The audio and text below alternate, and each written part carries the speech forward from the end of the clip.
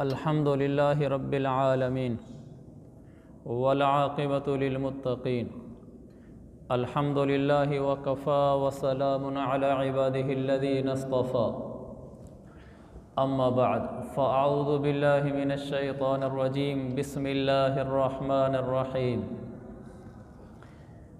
कुल्लु नफ्सिन ज़ाइक़तुल मौत सदक़ल्लाहुल अज़ीम वक़ाल रसूलुल्लाहि सल्लल्लाहु अलैहि वसल्लम अद्दुनिया दारु मन ला दार लह व मालु मन ला माल लह व लहा यजमअु मन ला अक़ल लह औ कमा क़ाल अन्नबिय्यु सल्लल्लाहु अलैहि वसल्लम।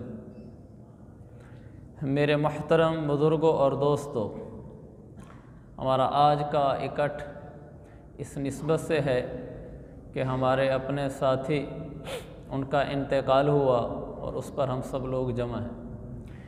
ये जो प्रोग्राम है ये कोई महज एक कार्रवाई नहीं है, बल्कि ये हमें आखिरत की याद दहानी के लिए मजालिस कायम की जाती हैं कि हम जमा हैं। मेरे दिल में भी आखिरत का खौफ पैदा हो जहन्नम के लिहाज से, और आखिरत का शौक़ पैदा हो जन्नत के लिहाज से, और कब्र का ध्यान पैदा हो कि आखिर मैंने वहाँ उतरना है। बहुत दुख की बात है कि हम यहाँ से इस हाल में रवाना हो रहे हों अल्लाह के पास कि अल्लाह हमसे नाराज़ हो, और हम जिस वक्त यहाँ से रवाना होने लगें तो हमारी उसके लिए तैयारी ना हो। ये कितने बड़े दुख की बात है। अब ये देखें कि आपको अचानक यहाँ से जाना पड़े किसी जगह और आपकी वहाँ जाने की तैयारी ना हो, आपके पास किराया ना हो, तो आप कितने परेशान होंगे। आपको सऊदीया से पाकिस्तान वापस आना हो और आपके पास तैयारी ना हो, आपका पासपोर्ट ना हो, आपके पास टिकट ना हो, तो आप कैसे परेशान हो जाएंगे कि मेरे सारे साथी जा रहे हैं, मुझे परदेश में छोड़ के जा रहे हैं, ना यहाँ पासपोर्ट है ना टिकट है, मैं कहाँ जाऊँगा। तो आदमी घबरा जाता है, और अगर तैयारी हो तो बड़ा बखुशी चला जाता है। मैंने और आपने आखिरत की तैयारी करनी है, और इस हाल में मरना है कि मौत के वक्त हम खुश हों। अल मौत तुहफ़तुल मुमिन, मौत ईमान वाले के लिए तो तोहफ़ा होती है, हाँ काफिर के लिए, मुजरिम के लिए मुसीबत होती है। इसलिए कि जब फरिश्ते आते हैं रूह निकालने के लिए, अगर आदमी नेक हो तो उसकी आराम से रूह निकालते हैं और उसको खुशबूदार कपड़े में लेते हैं। खुशबूदार कपड़े में लेकर ऐसे जान निकलती है जैसे आटे में से बाल निकाला जाता है, उसको पता ही नहीं होता। ये कल ही मैं पढ़ रहा था, जब वो जाने लगता है यहाँ से तो फरिश्ते उससे कहते हैं वापस जाना है तूने दुनिया में। उस नेक को कहते हैं, वो कहते हैं नहीं भाई, परेशानियों का घर है, मुसीबतों की जगह है, दुखड़ों का जहान है, मैं वापस नहीं जाता, मुझे मेरे रब के पास ले चलो। इसलिए कि इसने रब को राज़ी किया हुआ होता है, तो ये इंतज़ार में होता है मैं कब रब के पास पहुँचूँगा, इनामात आएंगे। फिर इसकी बहारें शुरू हो जाती हैं। ये इधर इसकी रूह निकलती है तो खुशबूदार कपड़े में ले ली जाती है और अल्लाह तक पहुंचा दी जाती है। अल्लाह के पास जाता है नेक आदमी, अल्लाह ताला फरमाता है इसके बारे में कि इसको इल्लियीन में भेज दो, जहाँ मेरे नेक बंदे हैं इनको वहाँ भेजो। तो वहाँ रूह खुश हो जाती है। और इधर कब्र के गड्ढे में उतार रहे होते हैं, यहाँ इसके मज़े हो रहे होते हैं। इसलिए कि जैसे ही कब्र में जाता है फ़युफ़्तहु लहू मदा बसरी, कब्र को इतना दूर तक इसके लिए खोल दिया जाता है जहाँ तक इसकी नज़र जाती है, कब्र तंग नहीं की जाती इसके लिए। फिर वहाँ से जन्नत की खुशबुएँ, ठंडी हवाएं इसके लिए अंदर आती रहती हैं, वो तो आराम से वहाँ जाता है। दूसरी तरफ एक और इंसान है जो नाफरमान है, मुजरिम है, गुनाहगार है, वो तो मौत के वक्त कह रहा होता है रब्बिरजिऊन, ऐ अल्लाह वापस, ऐ फरिश्तों मुझे वापस करो, मुझे वापस करो। वो कहते हैं नहीं, अब नहीं हो सकता। मिन वराइहिम बरज़खुन इला यौम युबअसून, अब इसी कब्र में रहना होगा क़यामत के दिन तक। इन्नहा कलिमतुन हुवा क़ाइलुहा, बातें तो बोल सकता है करता जा, लेकिन वापसी तुझे मिल जाए ये नहीं हो सकता। अब चल आखिरत का जहान है, तो फिर वो कब्र में जा उतरता है। फिर वहाँ उसके लिए जो कब्र है खोल नहीं जाती, युज़य्यक़ु अलैहि क़ब्रुह, उसकी कब्र को उसके ऊपर तंग कर दिया जाता है। कब्र इतनी आपस में मिलती है, मेरे पैगंबर ने फरमाया ये सोचना चाहिए कि कहीं मेरे ऊपर ना ऐसी मिल जाए।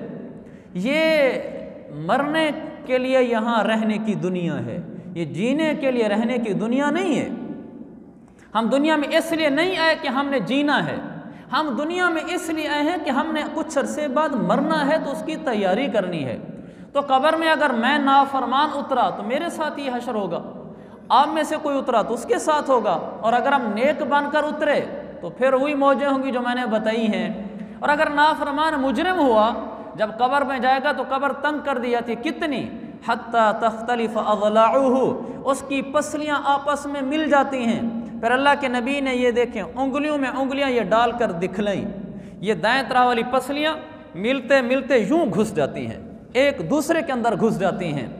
कितना सख्त है। यहाँ एक हथौड़ी मार के तो दिखलाओ, तसव्वुर से भी चीख निकल जाती है कि एक आदमी मुझे लिटा के एक हथौड़ी इधर मारे मुझे और एक इधर मारे, सिर्फ हथौड़ी मारे, पसलियाँ पसलियों में घुसे भी ना, सोचने से भी थोड़े से रोंगटे खड़े हो रहे हैं। और जब पसलियाँ पसलियों में घुस रही हों तो मेरे अजीज़ों, ये कोई कहानियाँ तो नहीं है, ये हकीकत है कब्र, ये आखिरत एक हकीकी बात है। लेकिन हमें पैसे की हिर्स व हवस ने, हमें लोगों में नामो नमूद पाने की हिर्स व हवस में, अपना नाम बनाने की हिर्स व हवस में, ऊंचे घरों के शौक़ में, ऊंचे कारोबारों के शौक़ में, आँखों की चस्के लेने के शौक़ ने, कानों के चस्के लेने के शौक़ ने इन चीज़ों से ऐसे गाफिल कर रखा है जैसे बस ये मौलवियों की बताने की बातें हैं और ये मिंबर और मस्जिद और कुर्सी की बातें हैं, बाकी तो हम जैसे करेंगे। ऐसा नहीं है। जो दुकान पे बैठा है, भला मेरी तरह जो मदरसे में बैठा हुआ है, जो जहाँ बैठा हुआ है, ये कब्र उन सब का इंतज़ार कर रही है। कब्र कहती है कहाँ रहता है, तूने मेरे पास आना है, मेरे पास। रोज़ाना आवाज़ देती है, अना बैतुल गुरबा, मेरे अंदर आने वाला इंसान कहाँ फिर रहा है। मेरी कब्र मुझे आवाज़ दे रही है, आपकी कब्र आपको दे रही है। वो कह रही है अना बैतुल गुरबा, मैं तन्हाई का घर हूँ, परदेश का, यहाँ कोई तेरा नहीं होगा। वो जिस जगह कोई अपना ही ना हो, परदेश हो, तो वो कोई ज़िंदगी है। अकेला आदमी होता है, ना बीवी होती है, ना बच्चे होते हैं, कोई इसके साथ नहीं होता। कब्र कहती है अना बैतुल गुरबा, मैं तन्हाई का घर हूँ। अना बैतुद दूध, और मेरे ऊपर फिरने वाला, दुकान में, घर में, दफ्तर में, खेती में, या कहीं मस्जिद मदरसे में बैठने वाला, इस बात को ना भूलना कि मेरे अंदर कीड़ों का जहान है। अना बैतुद दूध, मैं कीड़ों का घर हूँ। अना बैतुत तुराब, मैं मट्टी का मलबा हूँ। मैं तन्हाई, अना बैतुल वहशा, मैं वहशत का घर हूँ। मेरे अंदर इंसान को आकर वहशत महसूस होती है। अगर अल्लाह का नाफरमान हो तो किधर फिर रहा है। तो ये इंसान जब अंदर जाता है तो फिर पसलियों में पसलियाँ घुस जाती हैं। अगर नाफरमान हो, नेक हो तो फिर उसकी ऐश व इशरत के सामान शुरू हो जाते हैं। तो ये कब्र इसका भी इंतज़ार कर रही है, आपका भी इंतज़ार कर रही है। हम में से जो नेक हो जाए वो पार हो जाएगा, जो नेक ना हुआ वो नाकाम हो जाएगा।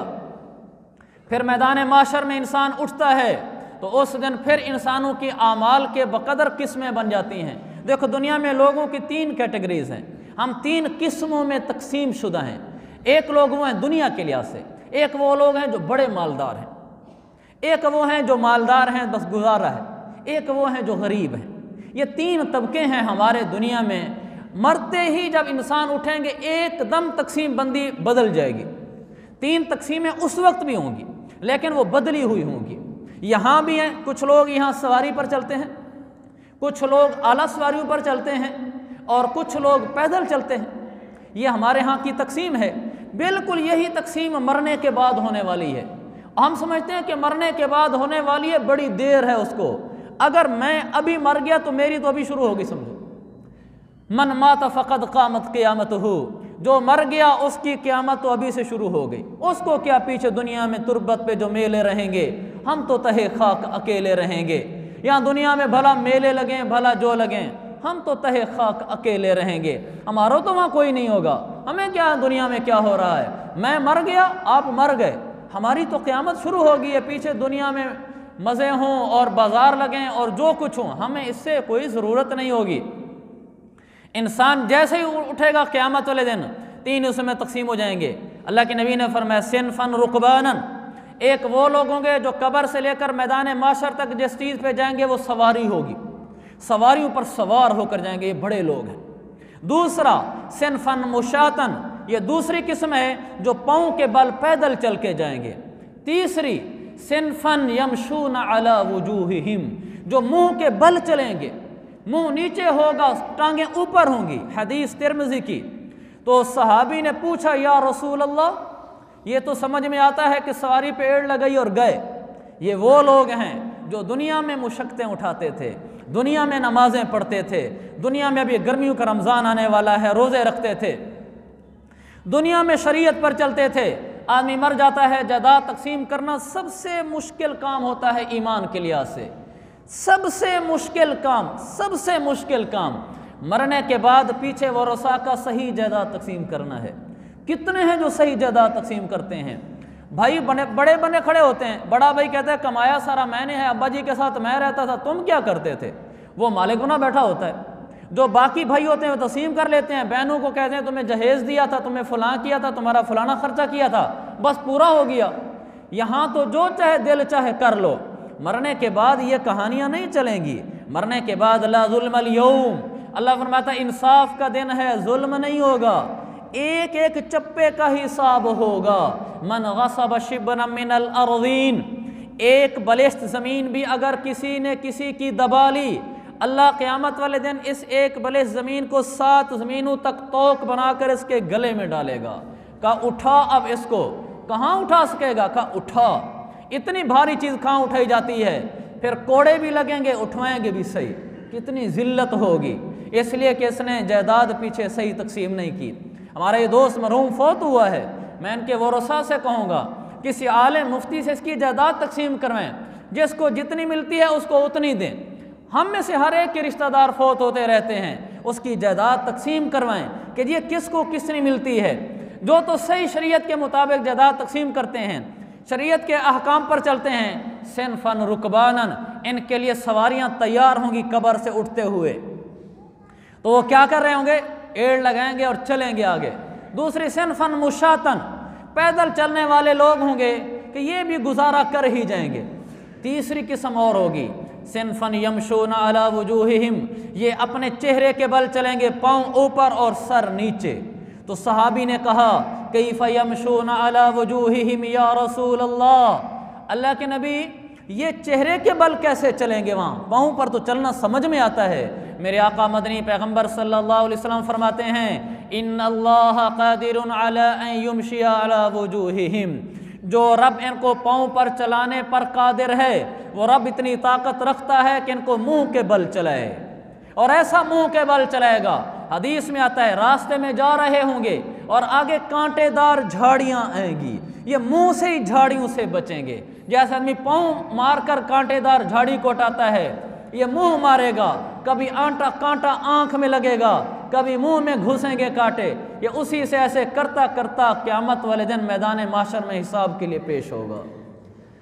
ये वो बातें सुना रहा हूँ जो मेरे पैगंबर ने बताई हैं। मेरे भाइयों, ये भी एक ज़िंदगी है। हमने सब कुछ इसी जहान को समझ रखा है जैसे मरना ही ना हो। नमाज नहीं पढ़ी तो क्या हुआ, रोज़ा नहीं रखा तो क्या हुआ, ज़कात सही नहीं दे तो क्या हुआ। हमारे यहाँ तो ये है, क्या हुआ, कोई नहीं, अल्लाह बख्शेगा, कोई नहीं, अल्लाह बख्शेगा। धोखे की बातें हैं। फ़ज़य्यन लहुमुश्शैतानु अमालहुम, कुरान कहता है लोग ऐसी ज़िंदगी गुजार रहे होंगे, वो पुरइत्मीनान होंगे, वो कहेंगे कि हम ठीक कर रहे हैं। फ़ज़य्यन लहुमुश्शैतानु अमालहुम, ये पट्टी उनको शैतान ने पढ़ाई होगी। शैतान कहेगा ठीक है, खैर है, कुछ नहीं होता, सही कर रहा है, सही कर रहा है। क्या शैतान उनको ये पट्टी पढ़ाएगा? मौत के वक्त आंखें खुलेंगी, फिर कहेंगे रब्बिरजिऊन, ऐला आंखें खुल गई हैं, वापस भेज दे। अल्लाह फरमाएगा कल्ला, अब हरगिज़ नहीं हो सकता, अब तो चलना है अगले जहान की तरफ। मेरे भाइयों, मेरे दिल में भी खौफ आखरत पैदा हो, आपके दिल में भी खौफ आखरत पैदा हो। हम लोग नमाज को छोड़ने वाले ना हों, रोज़े को छोड़ने वाले ना हों। जिनको अल्लाह ने पैसा दिया है वो ज़कात ज़रूर दें, फसलें दी हैं तो उसका उलमा से पूछ कर उशर दें। फौत हो जाता है पीछे जायदादें तकसीम करें, सही। एक और बात अर्ज़ करना चाहता हूँ, अपनी वसीयत लिख कर रखें, ये शरअन वाजिब है। अपनी वसीयत लिख कर रखें, ये शरअन वाजिब है।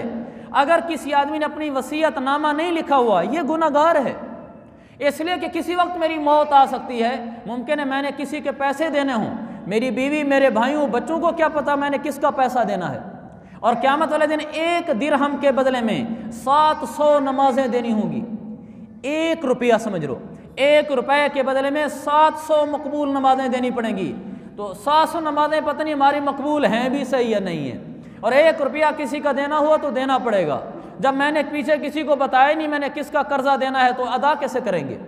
लिख कर रखें, एक कागज़ रखें घर में, आपका ख़ास, हर आदमी के घर में ख़ास कागजात के लिए खाना होता है, आप उसमें अपनी बीवी को, भाई को, वालदा को, किसी को बता कर रखें कि इसमें मेरा वसीयतनामा लिखा हुआ है, और उस पर लिख दें, एक कागज़ बना कर रखें कि मैंने फ़लाँ के खालिद के 50,000 देने हैं, नाइम का 20,000 देना है, रफ़ीक का 1 लाख देना है, जमील का इतना देना है। अगर वो लोग ऐसे हैं जिनको आपके घर वाले जानते हैं तो ठीक है, नहीं तो आगे उनका फ़ोन नंबर और पता लिख कर रखें कि ये आदमी फ़लाँ जगह रहता है, इसका ये नंबर है, मैंने इसके इतने पैसे देने हैं, और लिख कर रखें अगर मैं मर जाऊँ तो मुझे कब्र में उतारने से पहले मेरा कर्जा अदा कर देना। ये लाजमी है हर आदमी के ऊपर। जिससे आपने लेने हैं आप उसको भी लिख कर रख दें कि मैंने फ़लाँ आदमी से पैसे लेने हैं और उस आदमी का ये नाम और ये नंबर है। और कोई वसीयत है, मसलन ये लिख कर रखें कि मेरे मरने के बाद मेरी मौत के ऊपर, मेरी फौतगी के ऊपर आवाज़ से नहीं रोना, आँखों से रोना है। अगर कोई आदमी ये वसीयत करके नहीं जाता और पीछे उसके रिश्तेदार उस पर आवाज़ के साथ चीख चीख के रोते हैं, मैयत को भी कब्र में अजाब होता है। बुखारी की हदीस है, इन्नल मय्यत ला युअज़्ज़बु फ़ी क़ब्रिही लिबुकाई अहलिही, घर वालों के रोने की वजह से मैयत को अजाब हो रहा होता है। तो उलमा ने लिखा है रोएं घर वाले, अजाब हो मैयत को, ये क्या जोड़ है आपस में? उसका क्या कसूर है? उसका कसूर ये है कि उसने वसीयत नहीं की थी कि मेरे मरने के बाद तुमने आवाज़ से नहीं रोना।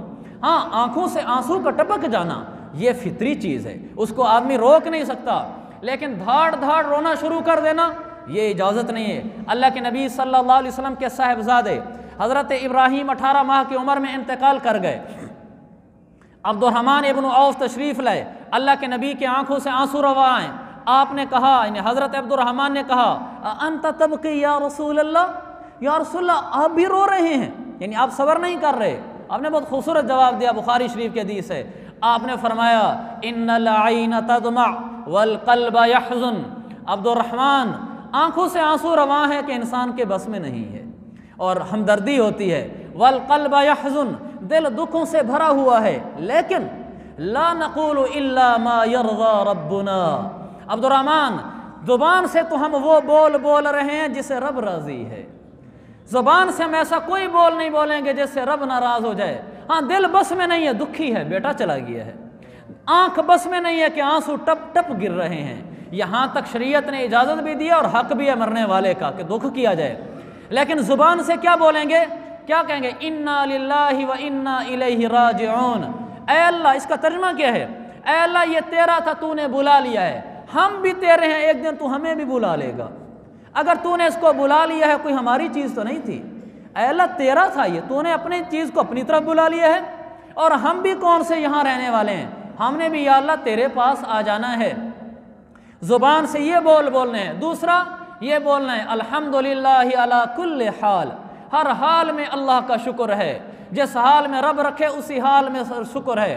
लुत्फ़ सजन दम बदम, कहर सजन गाह गाह, ई सजन वाह वाह, आ सजन वाह वाह। मेरे रब के लुत्फ़ और मेहरबानियाँ तो हर आन बरस रही हैं। देखो अभी हम सारे अल्लाह की मेहरबानी बैठे हैं, उसकी तरफ से आजमाइश तो गाह गाह कभी कभी आती है। ईमान वाले की शान ये है, ई सजन वाह वाह, आ सजन वाह वाह, कि अल्लाह इस हाल में रखे तो भी अल्हम्दुलिल्लाह, अल्लाह उस हाल में रखे तो भी अल्हम्दुलिल्लाह अला कुल्li हाल। ऐ अल्लाह हर हाल में तेरा शुक्र है, हम तुझ पे राज़ी हैं। आंखों से आंसू बह रहे हैं, हमें सदमा है, दिल दुख से भरा हुआ है, हमारा सदमा है, लेकिन ला नक़ूलु इल्ला मा यर्ज़ा रब्बुना, ज़बान से हम वो बोल निकालेंगे मेरा अल्लाह जिससे तू राज़ी होगा। हम ऐसा बोल नहीं बोलेंगे जिससे तू नाराज़ हो जाए। हमारा एक फौत हुआ नौजवान लड़का, शादी भी नहीं हुई थी उसकी, तो वो एक औरत कह रही थी कि या अल्लाह ये इसके कोई जाने का वक्त था, या अल्लाह ये इसके कोई जाने का वक्त था। मेरे अजीज़ भाइयों, ये फैसले हमने करने या उसने करने हैं कि किसके जाने का वक्त है या नहीं है? ये मेरे रब को पता है कि किसके जाने का वक्त है या नहीं है। हमने ये कहना है कि अल्लाह हम राज़ी हैं, अल्लाह हम राज़ी हैं। दुख तो बहुत ज़्यादा होते हैं। नौजवान बेटा कुंवारा फौत हुआ पड़ा हो क्या हालत होती है। लेकिन ज़ुबान बोल रही है अल्हम्दुलिल्लाह अला कुल्li हाल, अल्हम्दुलिल्लाह अला कुल्li हाल, अल्लाह हर हाल में तेरा शुक्र, अल्लाह हर हाल में तेरा शुक्र, अल्लाह हम तुझ पे राज़ी, हम तुझ पे राज़ी। जो आदमी यूँ सब्र कर जाता है, बर्दाश्त कर जाता है, अल्लाह भी फिर फरमाता है इन्नमा युवफ़्फ़स-साबिरून अजरहुम बिग़ैरि हिसाब। जो इस तरह सब्र कर जाता है, अल्लाह फरमाता है फिर मैं इतना उसको अजर दूंगा बिग़ैरि हिसाब, जिसका ये हिसाब भी नहीं कर सकेगा, बेशुमार अजर दूंगा। ये क़यामत वाले दिन उसको गिनना भी चाहे तो गिन न सकेगा, तोलना चाहे तो ये तुलवा न सकेगा, इसकी समझ से वो बाहर होगा। इसलिए कि इस पर सदमा बड़ा आया था। नौजवान बेटे की लाशें देखना कोई आसान है, फिर कुंवारा हो, आदमी की माँ बाप की उससे बड़ी उम्मीदें वाबस्ता होती हैं, लेकिन उस पर भी एक आदमी सब्र कर जाता है। उसकी माँ अपने दूल्हा बनने वाले बेटे को देख रही होती है, उसका बाप अपने दूल्हा बनने वाले बेटे को देख रहा होता है और फिर कह रहा होता है अल्लाह हम राज़ी तुझ पे, अल्लाह हम राज़ी तुझ पे। सीना फटने को आ रहा होता है और ज़ुबान रब की तारीफ़ें कर रही होती है। अल्लाह फरमाता है अजरहुम बिग़ैरि हिसाब, तूने आज इतना सब्र करके दिखलाया है, जब तू मेरे पास आएगा मैं भी वो इनाम दे के दिखलाऊंगा कि तू शुमार नहीं कर सकेगा, इसलिए कि तेरी बर्दाश्त भी तो आला थी। फिर अल्लाह फरमाएगा इन्नी जज़यतुहुमुल यौमा बिमा सबरू, ये दुनिया में सब्र करके ले थे, आज मैंने इनको बदला दिया है, जाएं जन्नत में ऐश करें। एक औरत थी बैतुल्लाह का तवाफ़ कर रही थी, वो बड़े आराम से ज़िक्र अज़कार कर रही थी, आराम से लहजे में। तो करीब से किसी ने सुना, उसको मर्द था या औरत थी, वाक़े में लिखा है कि उसने सुना तो कहने लगा या कहने लगी बीबी लगता है अल्लाह की तेरे ऊपर बड़ी नेमतें हैं, बहुत खुशहाल लग रही है। तो उसने कहा मेरा भाई या मेरी बहन जो मेरे ऊपर हालात गुजरे हैं तो तुम सुन न सको। तो उसने पूछने वाले ने कहा वो कैसे? कहा मेरे ऊपर बड़े हालात गुजरे हैं। कहा क्या हालात गुजरे हैं? कहा मैं बैठी थी, ईद का दिन था, मेरा बेटा जो छोटे मेरे बेटे थे वो बाहर खेल रहे थे, मेरा शौहर गया बकरी को लेकर बाहर, बकरी लेकर उसने ज़िबा की तो मेरा एक बेटा वहाँ करीब होकर देख रहा था, मेरे शौहर ने वापसी आकर घर में गोश्त रखा और किसी और काम से बाहर निकल गया। मेरे दो छोटे बेटों में से एक ने दूसरे को बुलाकर कहा इधर तुम्हें एक चीज़ दिखलाऊं, उसको एक तरफ ले गया और उसको कहा नीचे सो जा, वो नीचे सो गया। बच्चों को समझ नहीं होती, उसको कहता है दूसरा बेटा मैं तुम्हें बताऊं कि बाबा ने बकरी कैसे ज़िबा की थी।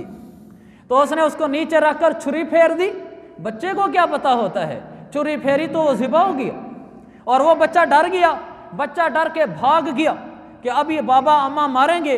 वो पहाड़ी इलाके में रहते थे, बच्चा भागा पहाड़ी की तरफ तो पहाड़ी में आगे खई थी, नीचे गिर के मर गया। पीछे से शोहर पहुंचा तो इसने एकदम बचाया कि वो बच्चों के साथ ये हो गया है और बड़ा बेटा भाग गया है। तो ये शोहर बेखुद होकर भागा, ये भागा, इसको तो आगे खई का होश ही नहीं रहा, ये भी मर गया। ईद के दिन बेटे दो, भला बच्चे सही, शोहर तीनों ही कले चले गए, एक अकेली औरत की जात बच गई। कहा मैं अल्लाह के घर आ गई हूँ, मैंने कहा उसी के दर पे जाके उसी के शुक्र करती हूँ। तो वो कहने लगा कि इस हालात में इतने शुक्र और इतनी तुप और इत्मीनान नजर आ रही है। कहने लगे वो रब से कोई गिला होता है? कहने लगी रब से भी कोई गिला होता है? वो रब है, उसकी चीज़ थी, उसने ले लिया है तो मैं उस पर राज़ी हूँ। ये सब्र करने वाले आए और चले गए। ये जब क़यामत के दिन आएंगे ना, फिर अल्लाह इन पर जो बारिशें बरसा रहा होगा अपनी नेमतों की, फिर लोग कहेंगे कि काश हमें पर भी कोई मुशक्क़तें आती और हम सब्र करते, अल्लाह में आफ़ियत दे। लेकिन आ जाए तो सब्र कर जाना है, हालात में काबू हो जाना है। हज़रत मोहम्मद मुस्तफ़ा आक़ा दो जहां, हम सब की आँखों की ठंडक, हमारे दिल का सुरूर, हमारे नबी, हमारे आका, हमारे बादशाह, हमारे सब कुछ हज़रत मोहम्मद मुस्तफ़ा सल्लल्लाहु अलैहि वसल्लम कि जब इंतकाल हो गया, दुनिया से तशरीफ़ ले गए, उम्मत मुस्लिमा के लिए सबसे बड़ा सदमा वो दिन था जिस दिन आका ने दुनिया से रहलत फरमाई है। सहाबा बहुत मुतासिर हुए, दुख में, गम में, और हज़रत अबू बकर सिद्दीक तशरीफ़ लाए। सिद्दीक से बड़ा कोई यार होगा हजूर का। और आप आए मिंबर पर चढ़े और मिंबर पर चढ़कर लोगों को कहा, लोगो मन काना यअबुदु मुहम्मदन, जो आदमी मोहम्मद सल्लल्लाहु अलैहि वसल्लम की इबादत करता था वो जान ले अन्नहु कद मात, कि वो दुनिया से रवाना हो चुके हैं। व मन काना यअबुदुल्लाह वहदहु ला शरीका लह, जो अल्लाह की इबादत करता था वो जान ले इन्नहु हुवल हय्युल क़य्यूम, वो ज़िंदा है, उसको कभी मौत नहीं आएगी। तो फिर लोगों के कुछ हौसले संभले। ये सिद्दीक की ज़ात ने हमें पैगाम दिया कि मैं यार गार जैसा, अपने हबीब जैसा सदमा भी सह गया और मैंने मिंबर पे खड़े होकर लोगों को संभाला, आगे लोगों को दिलासे दिए, तुम मेरे पीछे चलने वाले हो, तुम्हारे घरों में भी होगा, कभी बाप फौत होगा, कभी माँ फौत होगी, कभी भाई फौत होगा, कभी बेटा फौत होगा, सब्र कर जाना, संभल जाना, रब ने तुम्हारे लिए इनाम तैयार कर रखा है। मेरे भाइयों, अल्लाह में आफियतें दे, लेकिन मरना हर जगह मुकद्दर है। अगर हमारे साथ कोई ऐसा वाक़या पेश आ जाए, हमने कहना है ज़ुबान से, आँख से हमने आंसू बहाने हैं, जो दिल हमारा धक धक कर रहा होगा, ज़ुबान से हम कह रहे होंगे अल्लाह हम तुझ पे राज़ी हैं, अल्लाह हम तुझ पे राज़ी हैं, अल्लाह हर हाल में तेरा शुक्र है, अल्लाह हम तुझसे कोई शिकवा नहीं, तेरे फैसलों को तू ही जानता है, हम नहीं जानते। जब इतने दुखों में ये बोल रहा होगा, इसकी कब्र फूलों का बाग बन रही होगी और इसके आगे जन्नत का समा बढ़ रहा होगा। मेरे रब की तरफ से रहमतों का सामान क़यामत के दिन इसके लिए तैयार हो रहा होगा। अल्लाह फरिश्तों को कह रहा होगा, देखो तुलंबा में बैठी हुई उस माँ को और उस बाप को कि जो अपने जवान बेटे, भाई या बहन की मौत पर कैसे सब्र करके बैठा हुआ है, कैसा उसके आंसू टप टप हैं और दिल धक धक कर रहा है। लेकिन वो देखो तो सही फरिश्तों, तुम फरिश्तों ने मुझे गिला दिया था, क्या अल्लाह तो इंसान पैदा कर रहा है, क्या तेरी इबादत के लिए हम काफ़ी नहीं हैं? ये दुनिया में जाएगा, यस्फिकुद दिमा, झगड़े करेगा, खून बहेगा, अलम तेरी इबादत के लिए काफ़ी हैं। अल्लाह ने फरमाया था नहीं, मैं अपना खलीफा बनाने लगा हूँ, अपना नायब बनाने लगा हूँ। अल्लाह फरिश्तों को दिखला रहा होगा, देखो तुलंबा में बैठे हुए इस बंदे और बंदी को कैसे इतने सदमे में भी ज़ुबान से मेरी तारीफ़ के गुन गा रहा है और कह रहे अल्लाह मैं राज़ी, मैं राज़ी। इसका दिल नहीं देखते तुम, इसकी आंखों से लगी हुई झड़ी नहीं देखते, फिर इसके ज़बान के बोल नहीं देखते, कैसे कंट्रोल करके मुझ रब को राज़ी कर रहा है। तो मेरे भाइयों, हमने इस मुख्तसर सी ज़िंदगी में अल्लाह को राज़ी करना है, अल्लाह को राज़ी करना है। मौत के सदमों में भी कोई बोल रब की नाराज़ी वाला नहीं बोलना। जायदादों की तकसीम के वक्त भी कोई 1 रुपया, ढाई, एक थोड़ा सा पैसा, एक थोड़ा सा टक्का, वो भी हमने किसी का नहीं लेना। हमने जायदाद आलिम और मुफ्ती से तकसीम करवानी है, जिसका जितना हक है उसको दे देना है। और एक वसीयतनामा लिख कर रखना है, जो मैंने अर्ज़ किया था कि एक कागज़ घर में लिख कर रखो कि मैंने फ़लाँ फ़लाँ के इतने पैसे देने हैं, ताकि मैं मर जाऊँ तो मेरे कब्र में उतरने से पहले या मेरी जायदाद में से अदा कर देना। क्योंकि जो कर्ज़े के साथ जाता है कब्र में, अगर वो शहीद भी हो, आखिरी हदीस सुनाता हूँ, हजूर अलैहिस्सलातु वस्सलाम के पास एक आदमी आया, कहा या रसूल अल्लाह, शहीद का क्या अजर है? मिशकात की हदीस है। तो आपने फरमाया अल्लाह सारे गुनाह माफ़ कर देता है, सब गुनाह माफ़ कर देता है। वो सहाबी उठकर जाने लगे, जिब्रील आ गया। जिब्रील उसी लम्हे कहा या रसूल अल्लाह, मुझे अल्लाह ने भेजा है कि उस सहाबी को बुलाकर बताओ कि भला शहीद ऊंचा है, अल्लाह उसके सब गुनाह मुआफ़ कर देता है, इल्लद्दैन, कर्जा उसका भी रब मुआफ़ नहीं करेगा, कर्जा उसका भी मुआफ़ नहीं करेगा, उसको भी कर्जे का हिसाब देना होगा।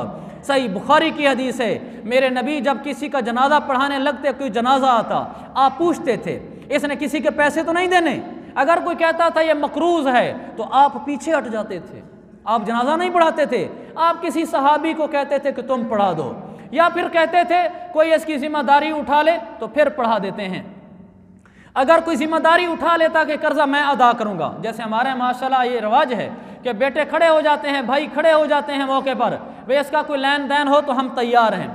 अगर कोई जिम्मेदारी ले लेता तो मेरे सरकार जनाजा पढ़ा देते, अगर कोई जिम्मेदारी ना लेता तो मोहम्मद मुस्तफ़ा अलैहि सल्लम पिछड़ जाते। आप किसी सहाबी को कहते तुम पढ़ा दो, कर्जा इतनी बड़ी जिम्मेदारी है। तो एक वसीयतनामा मैं और आप हम सब लिख कर रखें कि मैंने इसके इतने पैसे देने हैं, मरने के बाद दफन होने से पहले पहले इसको अदा कर देना, ताकि कब्र जन्नत का बाग बने और मेरे लिए गढ़ा ना बन जाए अजाब का। अल्लाह ताला मुझे और आपको कुरान और सुन्नत पर अमल की तौफीक अता फरमाए। व आखिरु दावाना अनिल हम्दुलिल्लाहि रब्बिल आलमीन।